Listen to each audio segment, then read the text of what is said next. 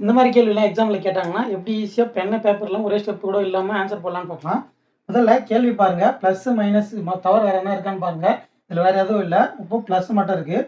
இங்கே என்ன கொடுத்துருக்காங்கன்னு பாருங்கள், அது எடுத்துக்கங்க. அடுத்து அது பக்கத்தில் ப்ளஸ் இருக்குது. இப்போ 58 விட ஸ்கொயர் நம்பர் எது வந்து அதிகமாக இருக்குன்னு பாருங்கள். அடுத்த ஸ்கொயர் நம்பர் இப்போ 58 இருக்குங்களா, 58 விட ப்ளஸ் இருக்கிறதுனால அதுக்கு அடுத்து இருக்கிற ஸ்கொயர் நம்பர் அதாவது 64. 8ஓட ஸ்கொயர் மதிப்பு வந்து 64.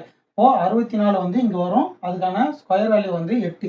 இப்போ இந்த கேள்விக்கான விடை வந்து 8 தான். இது எவ்வளோ சால்வ் பண்ணோம், ஆன்சர் கரெக்டாக வந்து செக் பண்ணி பார்க்கலாம். இங்கே √25ஓட மதிப்பு வந்து 5 ப்ளஸ் இங்கே வந்து 11 இருக்குது. 11 + 5 வந்து 16. 16 வந்து 4 மதிப்பு. √16ஓட மதிப்பு 4. இங்கே 21 + 4 போட்டிங்கன்னா 25. 25ஓட ரூட் மதிப்பு வந்து 5. இங்கே 31 இருக்குது. 31 + 5 இருக்கும், 36. 36ஓட மதிப்பு வந்து 6. இங்கே 58 இருக்குது. 58 + 6 வந்து 64. √64ஓட மதிப்பு வந்து 8. இதுதான் வந்து இந்த கேள்விக்கான விடை.